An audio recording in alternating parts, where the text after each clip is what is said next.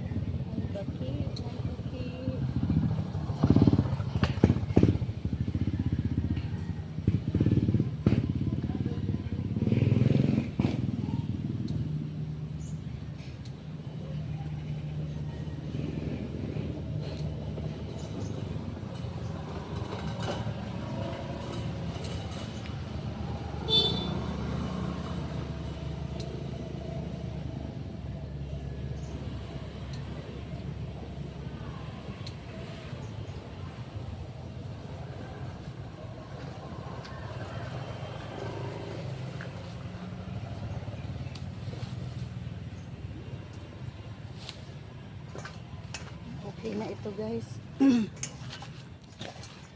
Okay na ito. Ako lang naman kakain. At tumubo na rin guys yung kangkong. Ayan o. May tinanim akong kangkong guys. Ayan o. Tumubo na rin siya. Di ko muna kinuhaan. Ito pa may talbos pa. Pinabunlayan ko dito kay Ninong. Tapos ako lang nagtanim. Busy nga ako guys, kaya hindi ko yan nataniman dyan. Pag ano pa ba, bubunlayan ko na po dyan kay Ninong. Gilid dyan ng kalsada guys. At doon nga, ayaw dyan pataniman ng may-ari ng bahay. Kaya doon ako nagtanim. Thank you. Good morning sa lahat. Ayun, ang ganda ng santan guys. Ang bulaklak. Oo, si Boogie. Si Boogie at si Whitey, ayan.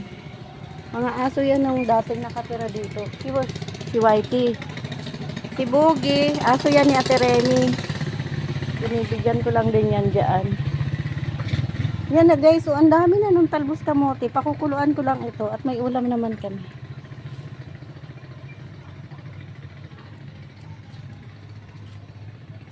Maganda magpa-araw guys, oh. Buti nga yung lagi umuulan, 2 araw na. Thank you for watching guys. Bye.